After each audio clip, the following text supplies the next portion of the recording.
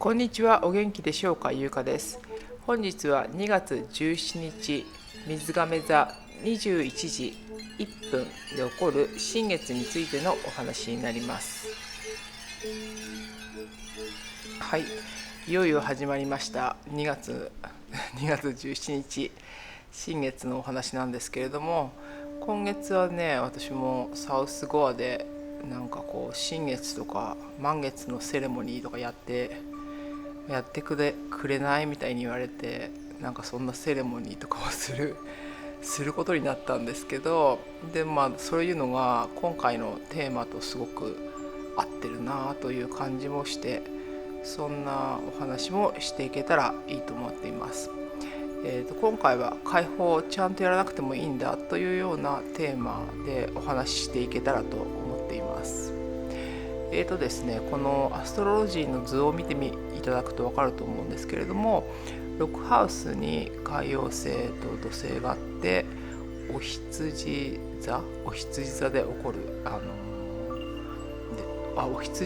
お羊座なんですね。これは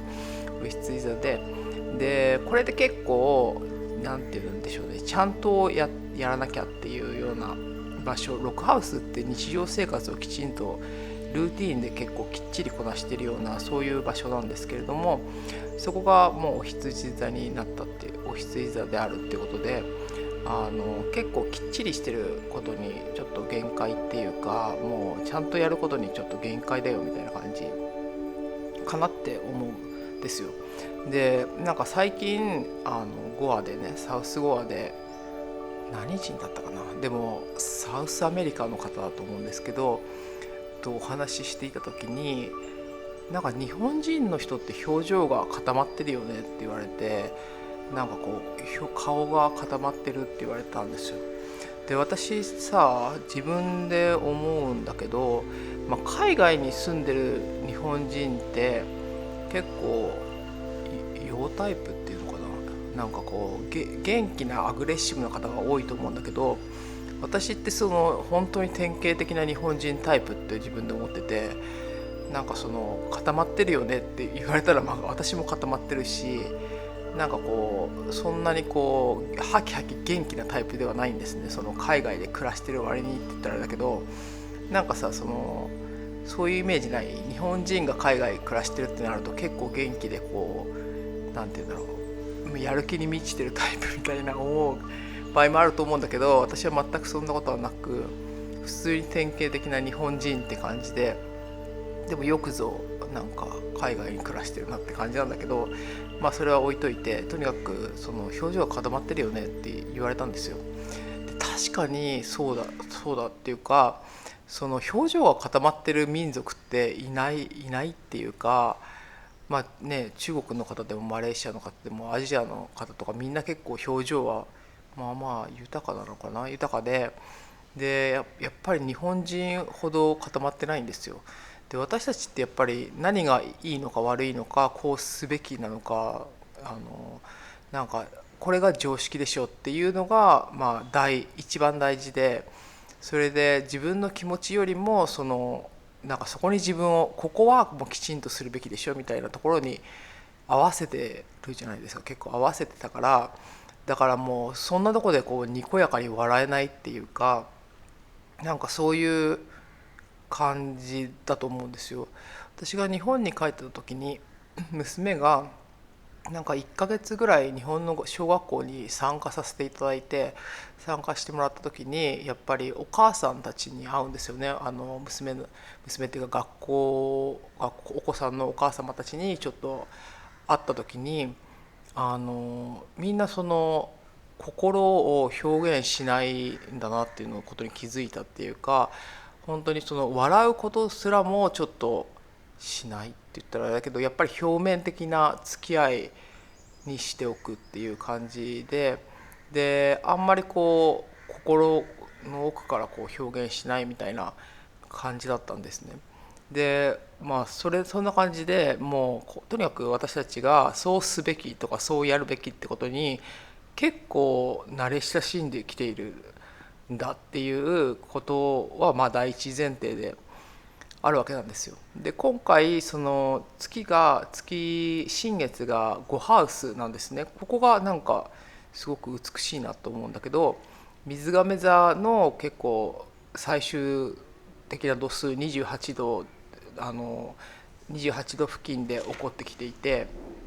そしてそのサビアン、水亀座28度のサビアンが倒され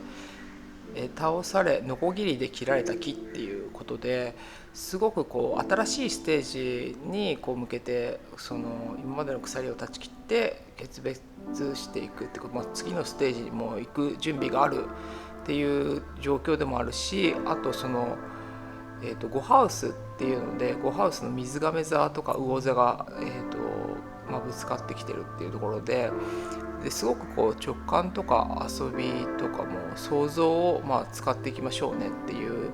ところなんですね。で先ほどの私のそのワークショップの話に戻るんだけど、なんか最近そのワークショップとかもなんか決まった形でどんどんやらなくなってきてて、もう例えば、新月次の新月にやってくださいって言われたから、じゃあどうしようかなって言って、サウスゴアの場合っていうのはちょっと日本とはちょっと違って、ちょっとカルマクリーンみたいな、新月なんですよ。だからそのカルマクリーンのファイヤーっていうか、その火にくべてカルマを浄化するようなワークショップっていうかセレモニーをじゃあやりましょうっていうふうに企画を立てて、でみんなで歌を歌ったりしましょうみたいな感じで企画を立ててやらさせてもらうことになったんだけど、そこで何が言いたいかっていうと、なんかもうある意味もう直感的にバンバン作っていくっていう感じで、その誰がそれを分かってもらおうとも分かってもらわなくてもある意味関係ないっていうか、とりあえず直感的に来たものをこうポンってボールを投げてみるみたいな、そういう感じなんですよね。だからどんどんこうフレキシブルにっていうか、自分がもうそれをそうするって思いついたんだったらもうちゃんとやらなきゃとか考えないでもう投げるっていうか、例えばさ、もうなんて言うんでしょうね、そのセレモニーって言ったらそれについてもうすごい下調べしようとか、そういうこともしなくていいんですよね。もうそうなんだからそうっていう、とにかくこうポンってこう投げてとにかくやっていこうっていう風にするような感じ。そしてその MC が、蟹座で、木星のが逆行してるんですけど、コンジャンクションっていう感じで、普通だったらこれはもう逆行じゃなかったらもうそれでも広がっていきますっていう、バーッと広がってきますって感じなんだけど、逆行だからそのなんて言うんでしょうね、とりあえずもうそれでいいんだって自分の中で信じることっていうか、そういうのが大事だと思うんですね。で私はもうさ、なんかこう例えばセレモニーって何って思うかもしれないけど、みんなでこう祈るっていうか、そこにフォーカスしたりだとか、ちょっとそのヒーリングとかこうエネルギーワークをやるっていう自分に対してはもうそういう人なんだ、そういう人間なんだっていう感じでもう肩がついてるっていうのかな。だからもうそれがこう人が認めてくれようが認めてくれなかろうが、それはもう私のやることなんですよね。だからその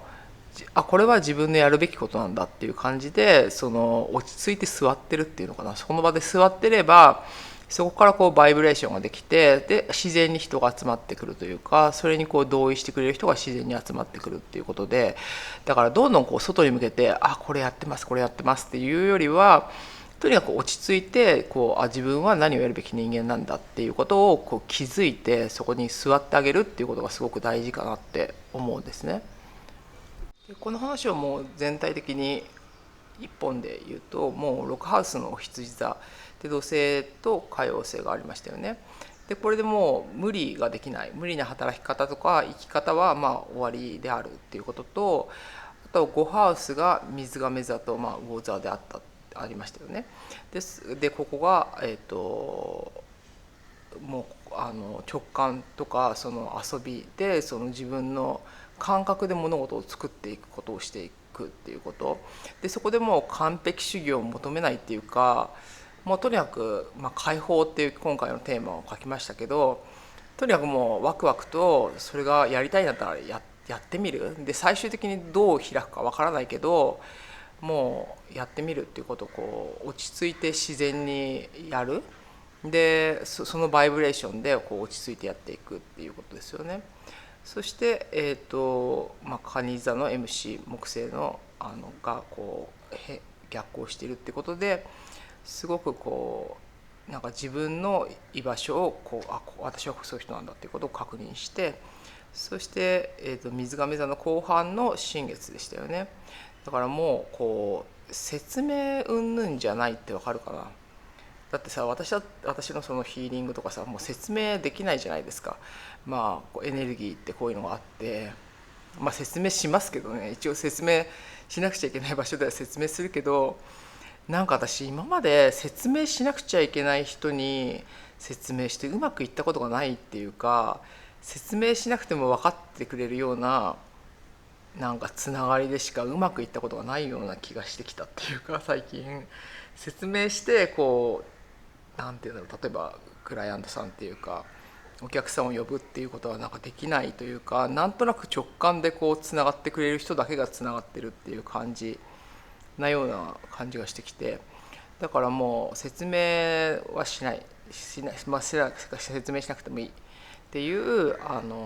感じの新月かなって思うんですね。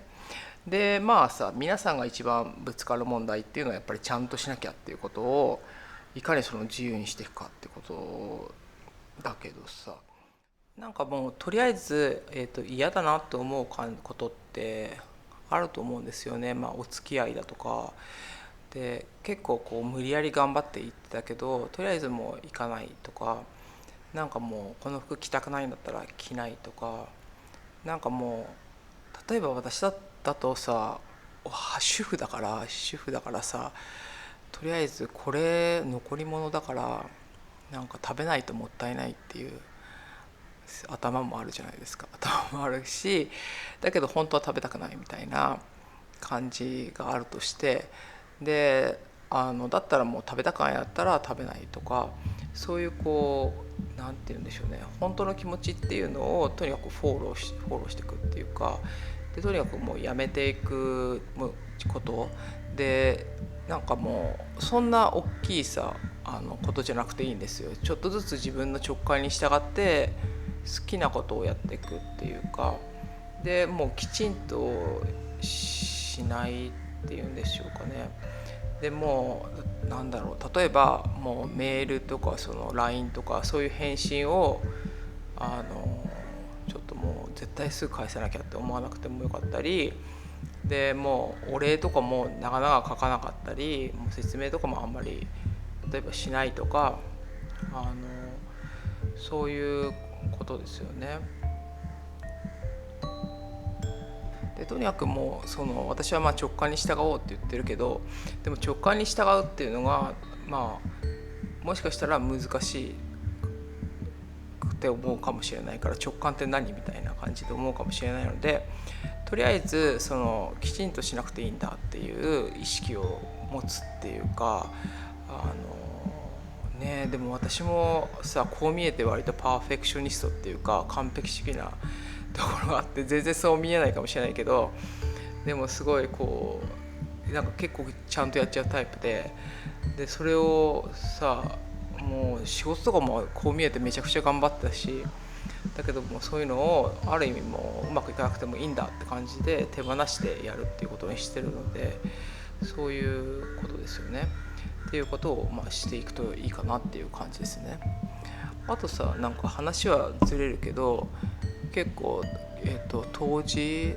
かな、去年の2025年の冬至のニュースに書いたけど、結構ねすごいいろいろやっぱ出てきましたよね。社会でさ、すごいこう毒がねいっぱい出てきたけど、でも日本でどうなのかな。前日本に行った時に結構外で聞くニュースと日本の中で聞くニュースが割とニュアンスを結構変えて言われてる感じになってるのに気づいたりとかして、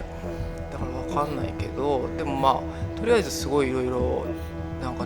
ね出てきてますよね。出てきていて、だからこれから世界がどんどんこう変わっていくのが楽しみな部分もあるとは思うんですけれども、はい、じゃあですね、とりあえず2月17日の新月の配信はここまでにします。では皆さん、直感に従いつつ、自由な自分を求めつつ、それでも大丈夫だっていうことを信じつつ、素晴らしい日々をお過ごしください。ゆうかでした。